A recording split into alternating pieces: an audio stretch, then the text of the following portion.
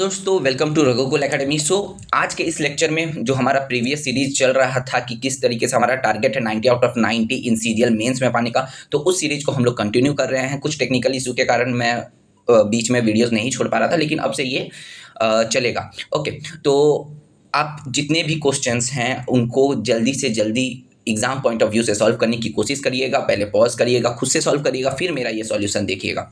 ठीक है, तो ये मॉक टेस्ट हम लोग एग्ज़ाम तक चलाने वाले हैं। तो आपको कहीं पर भी कोई भी प्रॉब्लम हो तो आप हमारे टेलीग्राम चैनल को ज्वाइन करके आप वहाँ पे अपना क्वेश्चन हमें शेयर कर सकते हैं। हम आपका जो डाउट है वहाँ पे हम आपका क्लियर कर देंगे। ओके, तो और एक बात भी है कि हम लोग जो एनटीपीसी जो अपकमिंग एग्ज़ाम है, एनटीपीसी के लिए हम लोग फ्रेश बैच जो है मैथ्स का, वो बिल्कुल बेसिक से आपका एडवांस लेवल तक विथ ट्रिक्स वो हम लोग पूरा कवर करने वाले हैं। तो हमारे चैनल को सब्सक्राइब कर दीजिएगा ताकि आपको इन सारे जो नोटिफिकेशन की पल पल की खबर मिले। ठीक है, तो चलिए पहला जो क्वेश्चन है उसे ध्यान से पढ़िए और उसे सॉल्व करने की कोशिश कीजिए। पहला क्वेश्चन बोला है 8 litres are drawn from a cask full of wine and then is filled with water. The operation is performed 3 more times. The ratio of the quantity of wine now left in the cask is total quantity is 16:81. Okay, तो how much wine the cask hold originally. बहुत ही simple question है। मैं ये मान के चल रहा हूँ आपने अगर प्रीलिम्स को क्वालिफाई किया है तो आपको बेसिक्स को समझाने की कोई ज़रूरत मुझे अभी नहीं है। हम लोग एग्जाम पॉइंट ऑफ व्यू से इसे जल्द से जल्द सॉल्व करेंगे। तो यहाँ पर एक सिंपल फॉर्मूला जो हमें बहुत अच्छे से पता है कि रिमेनिंग क्वांटिटी ऑफ लिक्विड जो हमारा होता है उसका जो फॉर्मूला होता है आपको पता होगा। ऑफ लिक्विड का जो फॉर्मूला होता है ये क्या होता है, ये होता है x into 1 minus y by x का ये ऊपर में n। इसका क्या क्या मतलब होता है? x का मतलब होता है क्वांटिटी ऑफ ओरिजिनल लिक्विड। ठीक है, मैं आपको बीच बीच में थोड़ा समझाता भी रहूँगा ताकि आपको एकदम भी ना लगे कि आप कुछ भी नहीं समझ रहे हैं। ठीक है, जो x है वो क्या है? Quantity of original liquid. y जो होता है मेरा that is the quantity to be carried out and replace. ठीक है, जो हम रिप्लेस कर रहे हैं क्वांटिटी को वो मेरा y हो जाता है। और जो x तो मैंने आपको बता ही दिया। तो चलिए अब इस फॉर्मूला पे इसको पुट करते हैं। तो यहाँ पे जो x का जो वैल्यू है, x का वैल्यू हम लोग यहाँ पे पुट करते हैं। x का जो वैल्यू आ जा रहा है वो मेरे पास कितना आ जा रहा है? 8। और यहाँ पे 1 माइनस सॉरी x का वैल्यू मेरे पास 8 नहीं है, x का वैल्यू मुझे फाइंड करना है। सॉरी, ठीक है x का वैल्यू मुझे फाइंड करना है, ये हो गया x। ठीक है, और 1 माइनस 8 बाई एक्स। ठीक है, ये अब ये जो n का वैल्यू होता है आप कितनी बार रिपीट कर रहे हो वो वैल्यू है n का। ओके, तो यहाँ पे आपको n यहाँ पे जितनी बार यहाँ पे दिया गया है 3 मोर टाइम्स, तो पहले आपने एक बार किया था, अब 3 मोर टाइम्स, तो n का वैल्यू क्या हो जाएगा? 4 टाइम्स हो जाएगा। ठीक है, पहले एक बार और बाद में और एक बार, तो 4 टाइम्स हो गया। अब यहाँ का इसका जो रेशियो हमें ऑलरेडी दे दिया गया है 16/81। ओके, ठीक है, अब इस पावर 4 को मैं उस तरफ लेके चलता हूँ। तो अगर मैं पावर 4 को उस तरफ लेके जाता हूँ तो मेरे पास यहाँ पे कितना बच जा रहा है, मुझे यहाँ पे देखने की ज़रूरत है। मैं यहाँ पे क्या कर लूँगा, अगर मैं करता हूँ तो देखिए यहाँ पे मेरे पास आ जाएगा 2/3, क्योंकि 2 का पावर 4 जो होता है वो होता है 16, तो अंडर रूट पावर 4 पे आपका 2/3 पे आ जाएगा। ठीक है, अब मैं इसको थोड़ा अगर फर्दर सॉल्व करता हूँ, आप खुद से भी इसे सॉल्व कीजिएगा, तो ये आ जाएगा मेरा 3x minus 24 equals to 2x। Okay, अब यहाँ पे क्या हो जाएगा? x का जो वैल्यू निकल के आ जाएगा मेरा x इक्वल्स टू 24। ठीक है, तो ये हो गया मेरा आंसर। ठीक है, हमें एग्जाम पॉइंट ऑफ व्यू से थोड़ा जल्दी सॉल्व करना। अगर आपको बेसिक्स जानना है कि मैं कैसे सॉल्व कर रहा हूँ तो आप मुझे टेलीग्राम पे पिंग करिए। और वैसे भी मैं एनटीपीसी के लिए एक जो फ्रेश बैच फ्रॉम बेसिक्स में स्टार्ट करने वाला हूँ, तो आप हमारे चैनल को सब्सक्राइब कर दीजिए ताकि आप पूरे बेसिक से सारी चीज़ों को जान पाएंगे। देखिए नेक्स्ट जो सवाल बोला है इसे एक बार खुद से पढ़िए। बोल रहा है इफ पॉइंट्स, यहाँ पे कोऑर्डिनेट दे दिया गया है पॉइंट्स का, are vertices of a triangle ABC, then which type of triangle is ABC। ठीक है, यहाँ पे आपको कोऑर्डिनेट दे दिया गया है, तो मुझे पूछा है कि ABC कैसा ट्रायंगल है। तो कोऑर्डिनेट अगर मुझे दे दिया गया है तो मुझे यहाँ पे देखिए ABC, यहाँ पे मुझे 3 जो कोऑर्डिनेट है, मैं एक एक का पहले लेंथ निकालता हूँ। ठीक है, AB BC और AC का मैं लेंथ निकालने का कोशिश करता हूँ। ओके, तो मैं AB का लेंथ कैसे निकालूंगा? तो आप पहले A और B को ले लो। ठीक है, तो पहले क्या करोगे, ये फर्स्ट वाले को 1 माइनस, ठीक है 1 माइनस 4 करना और उसका स्क्वायर करना। तो मैं AB का कैसे निकालता हूँ, मैं देख लीजिए। Side of length of AB कैसे निकालूंगा? अंडर रूट पहले मैं क्या करूँगा 1 माइनस 4 का इसका स्क्वायर प्लस 3 माइनस, अब 3 से इसको माइनस करेंगे तो 3, ये ऑलरेडी माइनस है तो माइनस, और ये क्या हो जाएगा +1 इसका स्क्वायर। ठीक है, तो यहाँ जो मुझे करके आएगा क्या हो जाएगा 9 आ जाएगा और यहाँ पे आ जाएगा 16, तो यहाँ पे मेरा आ जाएगा 5। ये जो ए बी का लेंथ है वो 5 आ गया। अब मैं सिमिलरली बी सी का भी लेंथ को मैं फाइंड करूँगा, ठीक है। तो बी सी का लेंथ को आप खुद से पॉज करके फाइंड कीजिए। तो यहाँ पे आ जाएगा 4 - 5 का स्क्वायर दैट इज़ 1, और यहाँ पे आपका आ जाएगा -1 और -6 इसका स्क्वायर, तो यहाँ पे आ जाएगा मेरा 49। तो यहाँ पे आ गया कितना आ गया 50 का अंडर रूट दैट इज़ 5√2, ठीक है। तो अब मैं यहाँ पे सी ए या फिर ए सी का मैं वैल्यू फाइंड करता हूँ। तो इसका मेरे पास कितना जा रहा है 1 - 5 का स्क्वायर दैट इज़ 16, और यहाँ पे आ जाएगा मेरा 9। तो यहाँ पे आ गया मेरा 5। तो आप देख पा रहे होंगे दो मेरे साइड्स ऐसे हैं जो सिमिलर है, दो मेरे साइड जो है वो सेम है, ठीक है, सेम है। तो सेम अगर दो साइड होते हैं तो उसे हम लोग आइसोसेलेस ट्रायंगल कहते हैं। यहाँ पे ऑप्शन बी जो है करेक्ट आंसर हो जाएगा। चलते हैं नेक्स्ट क्वेश्चन की तरफ। बोल रहा है average of the first 3 number out of 4, 4 number है जिसमें से फर्स्ट 3 का एवरेज मुझे 18 दे दिया गया है। तो मैं मान के चलता हूँ ए बी सी डी ऐसे मेरे 4 नंबर होंगे। तो फर्स्ट 3 का जो एवरेज मुझे दे दिया गया है कितना 18, यानी इन फर्स्ट 3 का ए प्लस बी प्लस सी कितना आ जाएगा, ए प्लस बी प्लस सी मेरा आ जाएगा 54, ठीक है 54। और यहाँ पे मेरा लास्ट 3 माने मतलब होता है b plus c plus d, ये मतलब कितना आ जाएगा 40। तो 14 × 3 दैट इज़ 42, ठीक है 42। अब मैं क्या करता हूँ, यहाँ पे आपको देखने को मिल रहा होगा यहाँ पे 52, यहाँ पे 52 54 और 42 आ गया है। यहाँ पे मुझे बी और सी, यहाँ पे मुझे दो कॉमन चीज़ें मुझे मिल रही हैं, ठीक है, दो कॉमन चीज़ें मुझे मिल रही हैं। तो मैं क्या कर रहा हूँ, इक्वेशन 1 को, इक्वेशन और 2 को, ये जो मेरे दो इक्वेशन मिले हैं मैं इन दोनों को क्या कर दे रहा हूँ, सब्सट्रैक्ट कर दे रहा हूँ। तो सब्सट्रैक्ट कर देने से मेरे क्या आएगा बी और सी मेरा क्या हो जाएगा, कैंसिल हो जाएगा। तो ए प्लस यहाँ पे माइनस कर रहा हूँ, तो ए माइनस डी का जो वैल्यू आएगा, क्योंकि मैं सब्सट्रैक्ट कर रहा हूँ, तो ए माइनस डी का जो वैल्यू आएगा वो मेरा कितना निकल के आ जाएगा दैट इज़ 12 निकल के आ जाएगा। और मुझे ए प्लस डी ऑलरेडी बता दिया गया है 16। तो यहाँ पे मुझे किसका लास्ट नंबर का वैल्यू पूछा गया है, इस मीन्स मुझे डी का वैल्यू, डी छोटा नंबर है। तो मैं क्या करता हूँ, छोटा नंबर को पाने के लिए मुझे दोनों को माइनस करना होगा दैट इज़ 4 और डिवाइड बाई 2। तो यहाँ पे 2 मेरा आंसर हो गया, ठीक है। चलते हैं नेक्स्ट क्वेश्चन की तरफ। बोल रहा है अनुज स्कोर्ड 140 मार्क्स, ठीक है, in a test getting 3 marks for each right answer and losing 1 marks for each wrong answer, ठीक है। तो 1/3 यहाँ पे नेगेटिव मार्किंग है। और बोल रहा है कि had 4 marks been awarded for each correct answer and 2 marks been deducted for each incorrect answer. मतलब यहाँ पर जो मेरा डिडक्शन है वो हाफ का है। बोल रहा है then Anuj would have scored 170 marks। ऐसा अगर होता तो 170 स्कोर करता। How many questions were there in the test. तो टोटल कितने क्वेश्चंस थे वो मुझे निकालना है। तो चलिए, तो अगर मैं मानता हूँ कि टोटल अगर वो x करके ही अगर उसने x क्वेश्चन को करेक्ट किया है तो 3 मार्क्स करके x क्वेश्चन में मिलते तो 3x, और डिडक्ट होते उसके 1 मार्क्स करके, तो अगर y करके डिडक्ट होते तो 3x - y, और इतना करके उसने स्कोर पाया है 140। और सिमिलरली मैं नेक्स्ट का भी करूँगा, तो नेक्स्ट का कितना आ जाएगा 4x - 2y = 170, ठीक है। अब मैं क्या करता हूँ, ऊपर वाले को 2 से मल्टीप्लाई कर देता हूँ, तो ये आ जाएगा मेरा 2 और ये हो गया मेरा 6, ठीक है। आई होप ये समझ में आया होगा। तो यहाँ पे मैं इसको कट कर देता हूँ, यहाँ पे आएगा 2x = ये, तो ये अब मेरा हो गया है 280 - 170 हो गया 110, ठीक है। तो यहाँ पे x का जो वैल्यू आ गया है वो हो गया है 55। तो y का वैल्यू कितना आएगा, तो x का वैल्यू अगर 55 आ गया तो x का वैल्यू यहाँ पे बैठाइए, तो यहाँ पे कितना आ जा रहा है, कहीं पर भी आप बैठाइए, तो यहाँ पे मेरा आ जा रहा है y का जो वैल्यू आएगा वो आ जाएगा 25, ठीक है। तो 55 + 25 ये मेरे कितने नंबर्स हो गए, दैट इज टोटल 80। ओके, समझ में आया है। अगर जहाँ पर भी आपको समझ में नहीं आया स्क्रीनशॉट लीजिए और टेलीग्राम चैनल पे आप इसे पूछ सकते हैं। बोला है the following observation have been arranged in ascending order, ठीक है, असेंडिंग ऑर्डर में है। तो बोल रहा है if the medium of the data is 50 then find the value of x, ठीक है। तो आपको जैसा कि पता है, ये पहले आप गिन लीजिए आपके पास टोटल कितने डेटाज है, 1 2 3 4 5 6 7 8 9 10 डेटा है। इसका मतलब जो आपको तो पहले फार्मूला पता होना चाहिए मीडियन का, ठीक है। अगर मीडियन का जो फार्मूला होता है वो 2 टाइप से होता है कि अगर ये जो टोटल डेटा अगर 10, इसका मतलब इवन है, तो इवन है, ठीक है। तो इसका जो फार्मूला आता है वो क्या होता है n/2 + n/2 + 1, ठीक है। इन दोनों का आपको जोड़ना पड़ेगा, ठीक है, और इस टोटल को आपको डिवाइड करना है 2 से, ठीक है। तो चलिए n का वैल्यू आपको ये 10 दे दिया गया है, तो ये इवन के लिए, अगर आपका ऑड के लिए होता तो n + 1/2 करने से ही ऑड का आ जाता। तो चलिए मीडियन का वैल्यू आपको 50 दे दिया गया है, तो फटाफट से आप यहाँ पे वैल्यू पुट कीजिए, ठीक है, फटाफट। तो 10/2 का वैल्यू हो गया 5 और यहाँ पे हो जाएगा 6/2, ठीक है, 6/2, ओके 6/2। तो अब मुझे क्या करना है, देखिए यहाँ पे तो ये वाला चीज़ तो मुझे आ गया।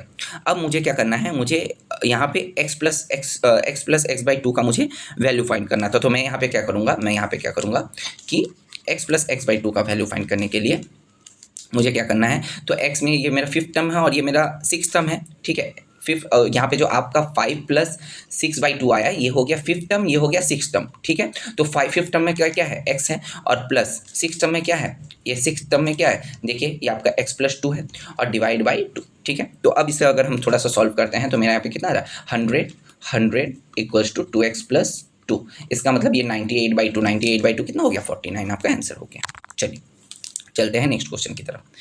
अब बोला है वस्तल इज 55% मोर एफिशिएंट। 55% का क्या वैल्यू होता है, 55% का अगर मैं वैल्यू फाइंड करता हूँ फ्रैक्शनल वैल्यू, तो ये मेरा आता है 11/20, ठीक है। आई होप आपको समझ में आया होगा। तो 11/20, तो वस्तल है और यहाँ पे सौरभ है, तो बोल रहा है Vastal is 55% more efficient and Saurabh. तो अगर सौरभ 20 होता है तो वस्तल कितना हो जाएगा, 31 हो जाएगा।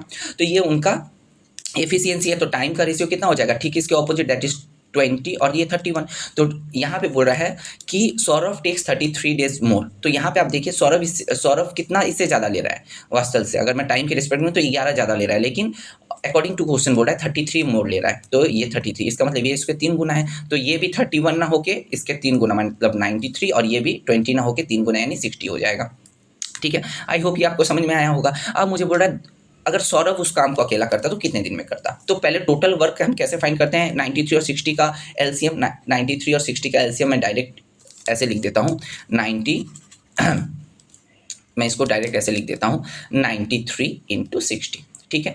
और एफिशिएंसी से डिवाइड करना है, तो एफिशिएंसी सौरभ का कितना है, 60 है, तो 60 कैंसिल आउट, तो 93 मेरा जो हो जाएगा वो आंसर, ठीक है।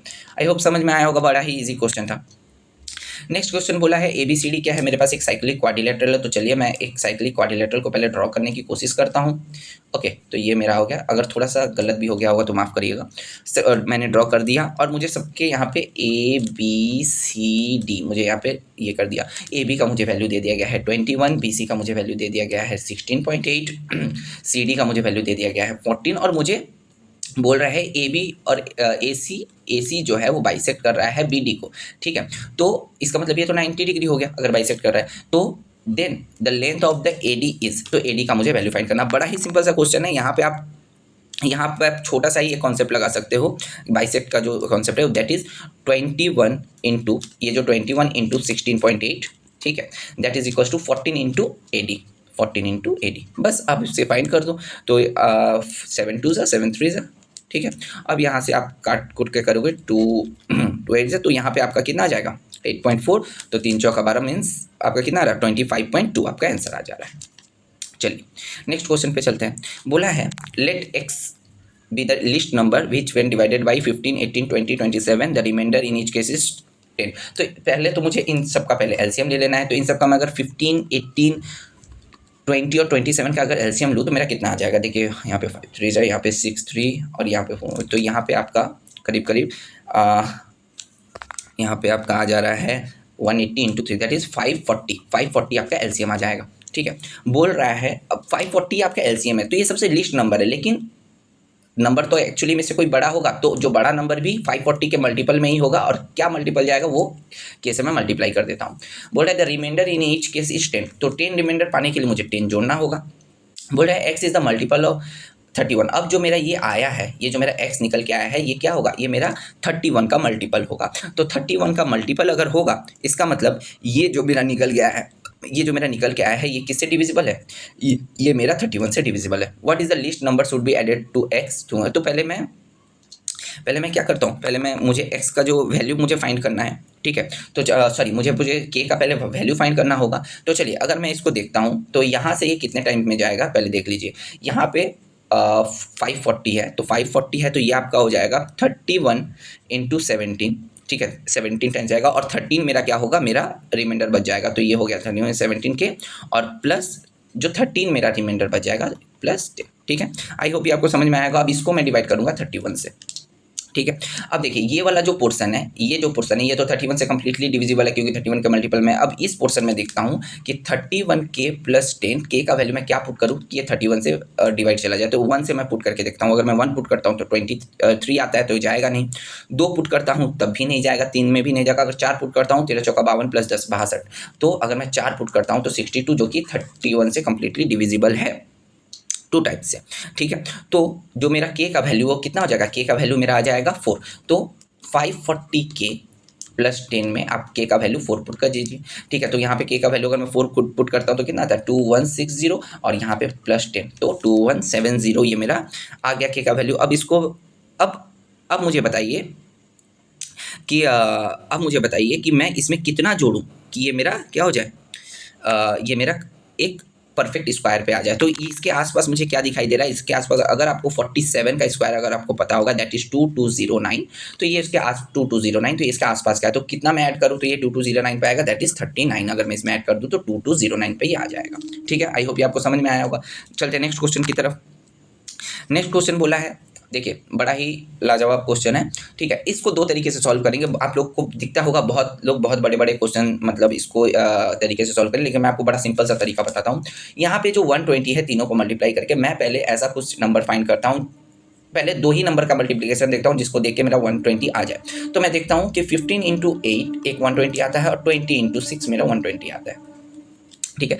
तो अगर देखिए यहाँ पे तो तीन नंबर्स हैं एक्स वाई जेड, पर मैं यहाँ पे दो ही नंबर पे मल्टीप्लाई किया, मतलब एक नंबर तो मेरा ऑलरेडी 8 है और बाकी दो नंबर का जो मल्टीप्लिकेशन है वो 15 आना चाहिए, ठीक है। मान लेता हूँ जेड का 8 है और इन दोनों को मल्टीप्लाई करके 15 आना चाहिए, लेकिन तीनों को जोड़कर मेरा 15 भी आना चाहिए। तो देखता हूँ, तो अगर मैं 7 और 8 भी बैठा 7-8 बैठाता हूँ तो 15 तो 5 इंटू 3 करता हूँ। अगर मैं इसको 5 और 3 बैठाता हूँ तो 5 इंटू 3 15 तो आ रहा है, लेकिन 5 3 8 8 16 हो जा रहा है, जो कि इसको मैच नहीं कर रहा। तो मैं ये होगा नहीं, इस पे आता हूँ। अगर ये जेड हो गया तो एक्स वाई को मल्टीप्लाई करके मेरा कितना आना चाहिए 20 आना चाहिए। तो 4 5 20 होता है, 5 इंटू 4 20 होता है। तो देखिए तो यहाँ पर तो ये सेटिस्फाई कर गया, क्या ये सेटिस्फाई कर रहा है, 4 5 9 6 15 ये भी सेटिस्फाई कर दे रहा है। तो ऑब्वियसली तो यहाँ पे जो मेरा वैल्यू होगा वो 4 5 6 का ही वैल्यू पे आएगा। तो चलिए अब तीनों का क्यूब कर लीजिए। अगर मैं तीनों का क्यूब करता हूँ तो इसका क्यूब का लास्ट में 4 आएगा, इसका क्यूब के लास्ट में 5 आएगा, इसका क्यूब के लास्ट में 6 आएगा। तो यहाँ पे आप देखेंगे लास्ट में आपका 5 आएगा, इसका मतलब 405 आंसर, ठीक है। बड़ा ही सिंपल सा क्वेश्चन था, जल्दी जल्दी इसको इस तरीके से सॉल्व करते थे, ठीक है। बोला है रिमाइंडर मुझे फाइंड करना है। अगर मैं इसे 5 से डिवाइड करता हूँ तो अलग से भाग करने की जरूरत नहीं है, आपको पता है अगर लास्ट में 0 जिसमें रहेगा तो वो 5 से डिवाइड हो जाएगा। तो ये अगर 580 होता तो डिवाइड हो जाता, इसका मतलब वो यहाँ पे 1 एक्स्ट्रा है, यहाँ पे 3 एक्स्ट्रा है और यहाँ पे 2 एक्स्ट्रा है। तो इन दोनों को मल्टीप्लाई करेंगे तो 6, इसको डिवाइड करेंगे तो 1 रिमाइंडर हो गया। चलिए नेक्स्ट क्वेश्चन बोल रहा है अ लेडी स्टैंडिंग, एक प्लेटफॉर्म पे खड़ी हुई है, ठीक है। Notices 2 trains of certain lengths cross the platform in 30 second and 20 seconds respectively. Find the ratio of the length of the train if the speed of the both the trains and lanes of the platform is 90 and 120 metre respectively. तो train का मुझे दोनों train का speed same है और platform का लेन दे दिया गया। तो चलिए पहले मैं इसको क्या करता हूँ 90 को मीटर पर सेकंड में कन्वर्ट करता हूँ। तो यहाँ पे कितना आ जाएगा 25 मीटर पर सेकंड, ठीक है। चलिए 25 में तो अब 30 सेकंड में वो कितना जाएगा, 30 सेकंड में वो 25 इंटू मानिए जो फर्स्ट ट्रेन जो मेरा क्रॉस करेगा तो उसका अगर मैं लेंथ की अगर मैं बात करता हूँ कितना लेंथ कवर करेगा, तो स्पीड इंटू टाइम, तो ये आपका कितना हो जाएगा, ये आपका हो जाएगा 750, ठीक है। और यहाँ पे जो प्लेटफॉर्म का लेंथ है वो हो जाएगा 120। तो इसको माइनस कर लीजिए तो आपके कितना आ जाएगा 36, ये आपका हो जाएगा 630 आपको ऑप्शन सिर्फ एक ही में दिख रहा है, दैट इज ऑप्शन सी। तो फर्दर सॉल्व करने की आपको जरूरत नहीं है, फटाफट मैं एग्जाम पॉइंट ऑफ व्यू से इसे सॉल्व कर रहा हूँ, ठीक है। तो हम जितना जल्दी सॉल्व करके निकल पाएँ। From the top of a cliff, ठीक है, एक क्लिफ है जिसका टॉप ऑफ द क्लिफ, ठीक है, ठीक है। ये यहाँ मेरा एक क्लिफ है जो कि एक टावर बोलता है। अगर मैं टॉप ऑफ द टावर को देखता हूँ और एंगल ऑफ डिप्रेशन और एंगल ऑफ एलिवेशन दोनों का कितना है सेम है, मतलब ये जितना ये अगर थीटा है तो ये भी थीटा ही होगा, ठीक है। Find the height of the tower, इसका हाइट पूछा है, बहुत ही सिंपल। अगर ये 25 दिया इसका 2 गुना कर दो, that is 25 into 2 that is 50, बस हो गया। अगर ये हाफ को कर रहा है तो उसका 2 गुना कर दो। चलिए नेक्स्ट क्वेश्चन बोला है PT is a tangent to, अच्छा टेंजेंट का बात बोला है तो चलिए पहले एक सर्किल ड्रॉ कर लेते हैं, ठीक है। और बोल रहा है P T is a tangent, तो ठीक है चलिए मैं यहाँ पे एक टेंजेंट ड्रॉ कर लेता हूँ। ये हो गया पी, ये हो गया टी। बोला है at the point tangent at the point R, ठीक है। तो ये आपका हो गया पॉइंट आर, ठीक है। और ये आपका हो गया सेंटर, तो ये आपका हो गया ओ सेंटर हो गया। बोल रहा है excuse the diameter which produces meets tangent P, तो ठीक है चलिए ये आपका हो गया डायमीटर। तो ये आपका देखिए ये आपका मैं इसको ऐसे लिख सकता हूँ, ये आपका हो गया एस, ये आपका हो गया क्यू, ठीक है, समझ में आया।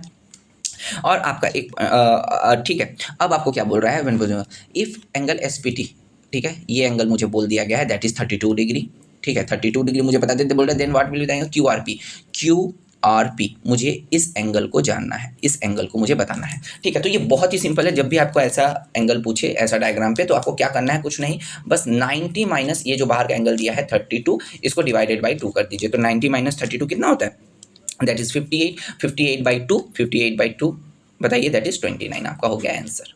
ठीक है, बड़ा ही सिंपल, आपको बस एग्जाम पॉइंट ऑफ व्यू से जस्ट देखना है, तभी आप 90 आउट ऑफ 90 स्कोर कर पाएंगे और विद इन टाइम इसे सॉल्व कर पाएंगे। बोल रहा है what will be the compound interest, आपको सम दे दिया गया है, 18 मंथ्स के लिए बोल दिया गया है, रेट ऑफ इंटरेस्ट है, बोल रहा है कि if compounded half yearly, half yearly इसका मतलब जो रेट ऑफ इंटरेस्ट क्या हो जाएगा, 10% हो जाएगा। और ये 18 मंथ मतलब क्या है, ये 3 टाइम रिपीट करेगा, तो 10% इसका मतलब 10 11 10 11 10 11, इसका क्यूब इसका क्यूब। ठीक है, तो इसका हो गया 1000, इसका हो गया 1331। ठीक है, मुझे इंटरेस्ट फाइंड करना मतलब 331, 1000 का ही वैल्यू मुझे कितना दे दिया गया है 7200, इसका मतलब ये मल्टीप्लिकेशन किसका 7.2 का, तो 331 से 7.2 का मल्टीप्लाई कर दीजिए बस। तो आपका कितना आ जा रहा है, नियरेस्ट वैल्यू पूछा है, तो 7 या 21, तो करीब करीब आपका इसके आसपास चला जाएगा। ठीक है, खुद भी कैलकुलेट करके देख लीजिएगा। चलिए नेक्स्ट क्वेश्चन बोला है, बड़ा ही सिंपल सा क्वेश्चन है, बोल रहा है कि इसको अगर हम अंडर रूट से निकालेंगे तो मेरा यहाँ पे कितना आ जाएगा, दैट इज 0.06। ठीक है, और प्लस इसको अगर अंडर रूट से निकालेंगे तो कितना आ जाएगा, ये 19 का है, तो दैट इज ये हो जाएगा। अब इसका ये करना है, अंडर रूट निकालना है, तो दैट इज 0.25 का अंडर रूट करना है, तो कितना आ जाएगा, दैट इज 0.5। ओके, चलिए नेक्स्ट क्वेश्चन।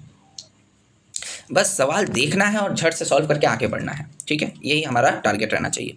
बोल रहा है डायग्राम दे दिया है, पीटी आपका परपेंडिकुलर है, बोल रहा है कि ड्रॉन ये, तो ओ क्यू का आपको वैल्यू दे दिया है 15, ओ एम भी दे दिया है, पी आर भी दे दिया है, पी एस भी दे दिया है, पीटी का मुझे वैल्यू फाइंड करना है, तो कैसे करोगे। तो चलिए यहाँ पे मैं पहले क्या करता हूँ, पिथागोरस थ्योरम से आरएम का वैल्यू फाइंड करने का कोशिश करता हूँ। तो पिथागोरस थ्योरम से अगर हम आरएम का वैल्यू फाइंड करें, तो अगर एक 9 है एक 15 है, तो आरएम का वैल्यू कितना हो जाएगा, दैट इज 12। ठीक है, ये ट्रिपलेट है, आपको पता होना चाहिए। तो आर क्यू का वैल्यू कितना हो जाएगा, आर क्यू का पूरा वैल्यू कितना हो जाएगा, 24 हो जाएगा। ठीक है, ये पूरा आर क्यू का वैल्यू जो हो जाएगा 24 हो जाएगा, 2 गुना उसके। अच्छा, अब मुझे पी क्यू का वैल्यू फाइंड करना है, पूरे पी क्यू का वैल्यू फाइंड करना है। तो पी क्यू का वैल्यू मैं कैसे फाइंड करूँ, P R minus R Q, that is 30 minus 24, that is 6 units. ठीक है, तो पी क्यू का वैल्यू हो गया 6। ठीक है, 6 हो गया। अब मुझे कॉट थ्योरम को यूज करना है, और इसको कॉट थ्योरम आपको पता ही होगा, दैट इज यहाँ इसमें अगर मैं यूज करूँ P T into P S equals to P Q into R P. ठीक है, तो चलिए अब मैं इसको क्या करता हूँ, पी टी का मुझे वैल्यू फाइंड करना है और सब कुछ मुझे दे दिया गया है, तो 30 इंटू 6/10, तो यहाँ पे कितना आ गया 18 आंसर। चलिए चलते हैं नेक्स्ट क्वेश्चन की तरफ। बोल रहा है एक ट्रायंगल है एक्स वाई जेड। ठीक है, एक्स वाई जेड मेरे पास एक ट्रायंगल है। ठीक है, बोला है X Y and Y Z का वैल्यू आपको दे दिया गया है। तो चलिए ये एक्स वाई जेड है, यहाँ पे आपको दे दिया गया है 20, यहाँ पे आपको दे दिया गया है 25, और बीच में आपको ये वाला लाइन सेगमेंट भी दे दिया गया है। ठीक है, आई द इन सेंटर बोल दिया गया है। अब ये आपका इन सेंटर आई है। ठीक है, अब मुझे बोला ये हो गया पी। ठीक है, इसका वैल्यू ए, और ये हो गया a+3।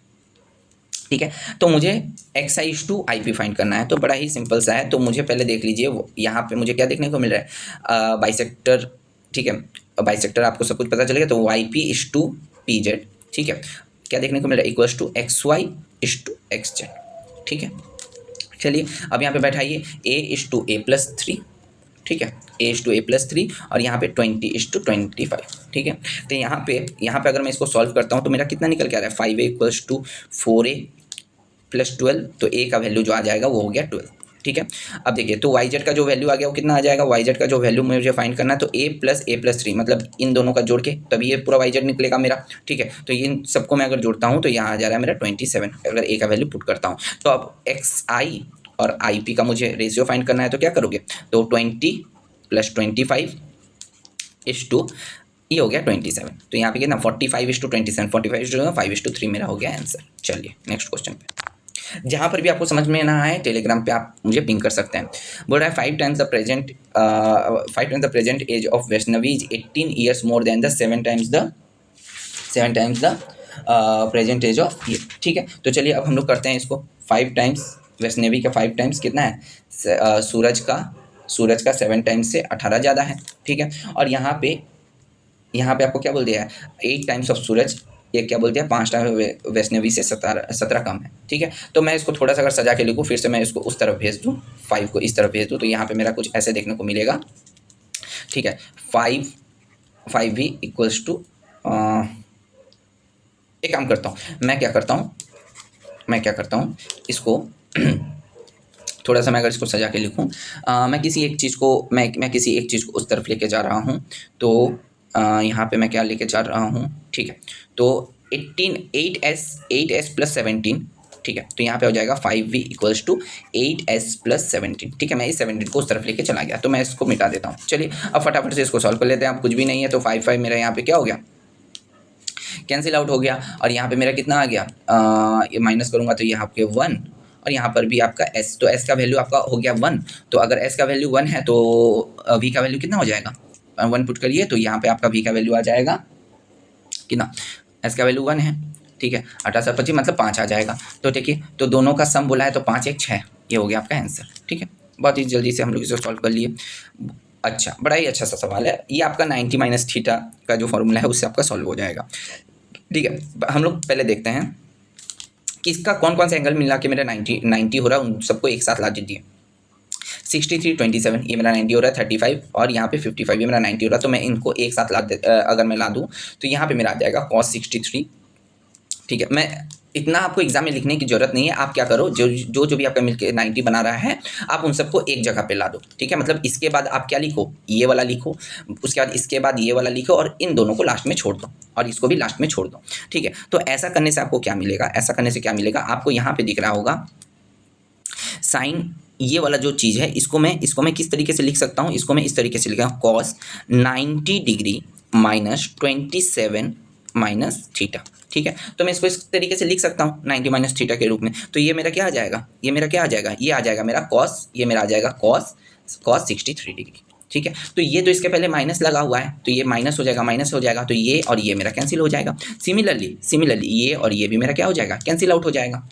अब जो मेरे पास बचा कुचा रह गया होगा, वो मेरा जो बचा कुचा रह गया है वो क्या रह गया, यहाँ पे कॉसेक स्क्वायर 90 माइनस थीटा, ये हो जाएगा आपका सेक स्क्वायर थीटा, ठीक है। तो 10 स्क्वायर माइनस एक स्क्वायर, ये आप 10 स्क्वायर माइनस एक स्क्वायर, तो यहाँ पे आपका हो जाएगा -1। इन दोनों को सॉल्व करूंगा और 1060 का क्या हो जाएगा प्लस, ये हो जाएगा √3 का स्क्वायर, ठीक है। √3 का स्क्वायर, तो यहाँ पे आ जाएगा 3 और -1, तो ये आएगा 2 आंसर आपका। चलिए नेक्स्ट क्वेश्चन, ठीक है। बोल रहा है मीडियन ऑफ द डेटा मुझे बता दिया गया है, रेशियो भी मुझे बता दिया गया है, बोल रहा है कि कौन सा ऑप्शन मेरा करेक्ट है। तो चलिए, तो मोड का जो फॉर्मूला होता है, मोड का फॉर्मूला क्या होता है, 3 मीडियन माइनस 2 मीन, ठीक है। 3 मीडियन माइनस 2 मीन। तो यहाँ पे 3 मीडियन का आपको दे दिया गया है 1 और 3, इसको x और 3x भी पकड़ सकते हैं, ठीक है। तो यहाँ पे जो आपका क्या आ जाएगा यहाँ पे आपका क्या आ जाएगा, अगर इसमें मल्टीप्लाई करता हूँ तो यहाँ आ जाएगा आपका 8x इक्वल्स टू क्या हो जाएगा, ये आपका 8x इक्वल्स टू यहाँ पे 44, ठीक है। तो x का जो वैल्यू आ जाएगा, x का जो वैल्यू है ये आ जाएगा आपका 5.5, ठीक है। अब चलिए, अब मोड मुझे पता चल गया 5.5 है, मीडियम और मीडियन का क्या हो जाएगा, मीडियन इक्वल्स टू 3x, तो 3x का इसका मतलब 3 इंटू 5.5, ठीक है। तो ये हो गया, सो ये आपका 16.5 हो गया। मीन आपको पता है 22, सब कुछ हो गया। तो पहले है मीन, फिर मीडियन, फिर मोड। तो आपका ऑप्शन कौन सा करेक्ट हो जाएगा, ऑप्शन नंबर ए आपका करेक्ट हो जाएगा। चलिए, तीनों को ही मैं फाइंड कर दिया। बोल रहा है एक बैग है जो कि एक बैग कंटेन्स, ठीक है, बैग कंटेन्स 8 रेड है और 5 ब्लू है। तो टोटल मेरे 13 हो गए, टोटल बॉल्स मेरे 13 हो गए। प्रोबेबिलिटी का क्या होता है, favourable case by total case, ठीक है। तो फेवरेबल केस मेरे कितने हैं और टोटल केस कितने हैं मुझे वहाँ पे देखना है, ठीक है। और मुझे 2 बॉल को ड्रॉन करना है रेंडमली, तो 2 बॉल्स को ड्रॉन करना है रेंडमली, मतलब इसका क्या हो जाएगा 13C2, 13 में से मुझे 2 को रेंडमली, तो 13C2 कितना होता है, दैट इज 78, ठीक है। अब मुझे एक रेड और एक ब्लू को फाइंड करना है। तो पहले 8 में से एक रेड को फाइंड करना है, तो 8C1, ठीक है, और मल्टीप्लाई 5 ब्लैक में से एक ब्लैक को, तो ये हो जाएगा 8 इंटू 5 दैट इज 40, ठीक है। तो आपका प्रोबेबिलिटी कितना हो जाएगा, फेवरेबल 40 बाई टोटल कितना हो गया 78, तो यहाँ पे आपका आ जाए 20/39, ये आपका हो गया आंसर। चलिए नेक्स्ट क्वेश्चन, बोल रहा है theta is an acute angle and sine theta cos theta का वैल्यू मुझे यहाँ पे दे दिया गया, find the value of sine theta, ठीक है। तो आप इसको आप कैसे फाइंड करोगे, ठीक है। साइन थीटा कॉस थीटा का वैल्यू मुझे दे दिया गया है, तो यहाँ से अगर मैं साइन थीटा को देखता हूँ और कॉस थीटा को उस तरफ लेके मल्टीप्लाई कर देता हूँ और डिवाइड कर देता हूँ, तो मेरा यहाँ पे कितना निकल के आ जाएगा, 2 से डिवाइड करूँगा तो 2 into 1 minus sine square theta, ठीक है, -1/4, ठीक है। यहाँ पे मैंने 2 को कॉमन लिया था, ठीक है। तो ये वाला हो गया आपका, यहाँ पे आपको आई होप ये समझ में आया होगा। अब यहाँ पे मैं 2 को यहाँ पे मैं क्या करता हूँ, यहाँ पे मैं 4 ले लेता हूँ, तो 4 से मल्टीप्लाई कर देता हूँ, 4 साइन थीटा, ठीक है। तो 8 माइनस 8 साइन स्क्वायर थीटा -1 हो गया। मैंने इस 4 से मल्टीप्लाई कर दिया, इसको एलसीएम लेके, ठीक है। अब क्या आ जाएगा, साइन थीटा इक्वल्स टू क्या हो गया मेरा, इसको थोड़ा सॉल्व कीजिए, -4 प्लस अंडर क्या आ जाएगा, अंडर रूट, ये आपका आ जाएगा 4 स्क्वायर प्लस 4 इंटू 8 इंटू 7, ठीक है, 8 इंटू 7, यहाँ पे आपका क्लोज और ये डिवाइड बाई 16, ठीक है। तो यहाँ पे इसको सॉल्व करते हैं तो कितना आ रहा है, दैट इज √15 माइनस 1/4, ठीक है। तो यहाँ पे कितना आ जाए, √15 माइनस 1/4, तो ऑप्शन बी आपका आंसर हो गया। चलिए चलते हैं नेक्स्ट क्वेश्चन की तरफ। बड़ा ही अच्छा क्वेश्चन है, ठीक है। एक्स स्क्वायर इसका वैल्यू मुझे दे दिया गया है, BCD, और ये हो गया, ठीक है।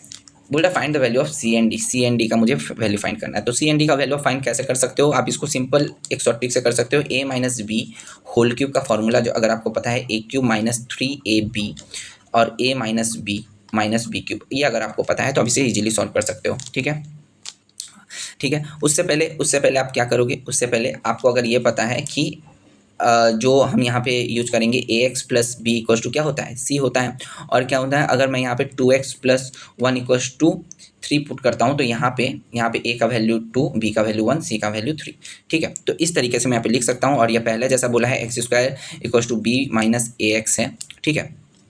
यहाँ पे मैं सब वैल्यू पुट करूँ तो x minus b by x, तो ये थोड़ा सा ज़्यादा बड़ा हो जाएगा, मैं यहाँ पे इसको, तो मैं यहाँ से इसको डायरेक्टली सॉल्व कर देता हूँ इस पहले वाले से, ठीक है। तो पहले वाले से सॉल्व करता हूँ, तो यहाँ पे आ जाएगा x minus b by x का whole cube equals to -a³, ठीक है। आई होप आपको समझ में आया होगा, ठीक है, बिल्कुल। अब यहाँ पे इसको मैं फर्दर सॉल्व करता हूँ, तो क्या आ जाएगा, x³ plus a³ plus 3ab equals to b³ by x³, ठीक है। अब देखिए, अब यहाँ पे मैं क्या कर सकता हूँ कि मैं दोनों, अगर मैं सबको कंपेयर करूँ, x³ और इससे मैं अगर इसको कंपेयर करता हूँ, तो यहाँ पे मेरा क्या निकल के आ रहा है, देखिए मैं इसको इस तरफ मल्टीप्लाई कर देता हूँ, फिर मैं इसको x³ से कंपेयर करता हूँ, x³ plus a³ plus 3ab, ठीक है, a³ प्लस 3ab। अब मैं जब कंपेयर करता हूँ तो c का वैल्यू क्या जा रहा है, a³ प्लस 3ab, और d का वैल्यू b³, तो यहाँ पे जो मेरा करेक्ट ऑप्शन हो जाएगा वो हो जाएगा ऑप्शन 3, ठीक है। आई होप आपको समझ में आया होगा मैंने किस तरह से कंपेयर किया।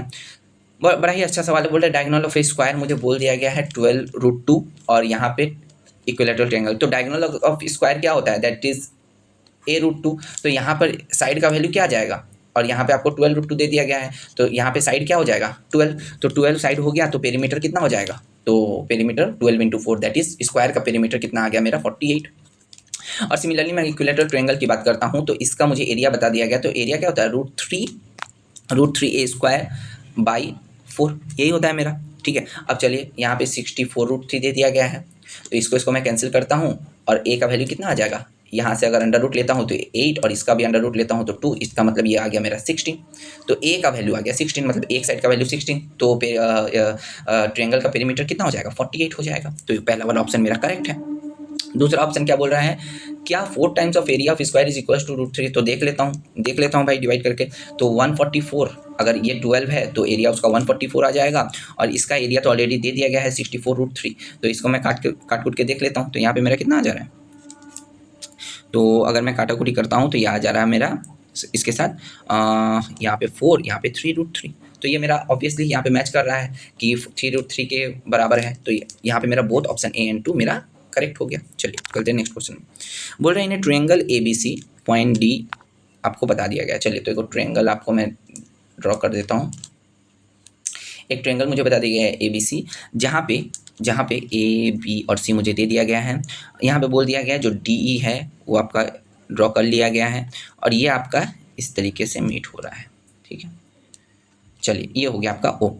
अब आपको क्या निकालना है, आपको बोल रहा है इन ट्रायंगल ABC D सब कुछ हो गया, O is answer, if AD is find the ratio of DO and DC, तो ठीक है DO एंड DC का मुझे ये करना है, तो आप कैसे करोगे, तो पहले सिमिलर ट्रायंगल का प्रॉपर्टी पे चलते हैं। तो यहाँ पे अगर सिमिलर ट्रायंगल की प्रॉपर्टी में चलूँ तो यहाँ पे मुझे जैसा कि 4:3 यहाँ पे दे दिया गया है, ठीक है, ये 4 है ये 3 है, तो यहाँ पे कितना आ जाएगा 4/4 + 3, ठीक है, 4/4 + 3 इक्वल्स टू आपका DE बाई BC, ठीक है। तो BC आपका 7 हो गया, DE आपका 4 हो गया। अब आपको यहाँ से दिख रहा होगा DEO, ठीक है, DEO और आपका OBC कॉरेस्पॉन्डिंग एंगल्स है। DEO और OBC आपका क्या है, कॉरेस्पॉन्डिंग एंगल्स है, और DOE और BOC आपका वर्टिकल ऑपोजिट एंगल्स है। तो इससे क्या हो रहा है, DEO और OBC ये दोनों क्या हो गया, ये दोनों कॉन्ग्रुएंट एंगल्स हो गए, ठीक है, कॉन्ग्रुएंट हो गए। तो यहाँ पे आप क्या कर सकते हो, आराम से करिए। तो ये क्या हो जाएगा, DE/BC इक्वल्स टू DO/OC, ठीक है। तो DO/OC आपको निकालना है, तो ये आपको आएगा 4/7, ठीक है। तो अब क्या करना है, DO/DC का अगर मुझे वैल्यू फाइंड करना है तो 4/4 + 7, तो ये आपका हो गया 4/11, ठीक है। तो ये आपका 4:11 आपको आ गया। चलिए चलते हैं नेक्स्ट क्वेश्चन की तरफ। बोल रहे हैं 3 पर्सन है और तीनों का परसेंटेज ऑफ शेयरिंग आपको बता दिया गया है, इतना इतना एंड इतना, 19, 39 और 42। बोल रहा है profit earn is according to the proportion of the given share if the difference of the share between Bittu and Ambar, ठीक है। तो चलिए अंबर बिट्टू चीकू है, बिट्टू एंड अंबर का मुझे यहाँ पे डिफरेंस 20 देखने को मिल रहा है, लेकिन एक्चुअली में ये डिफरेंस कितना है, 2000 है। मतलब ये इसके कितने गुना है, ये आपके 100 गुना है।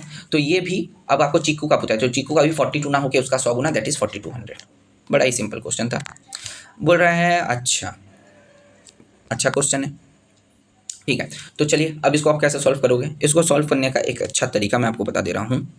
अगर मैं इसको लिखूँ तो क्या मैं इसको ऐसे लिख सकता हूँ, 3A + C, ठीक है, 3A + C + 6B + 2D, ठीक है। और डिवाइड मैं करता हूँ, यहाँ से इसको ये लेके आता हूँ, तो यहाँ पे अगर मैं डिवाइड करता हूँ तो ये आ जाएगा 3A + C -6B + 2D, ठीक है।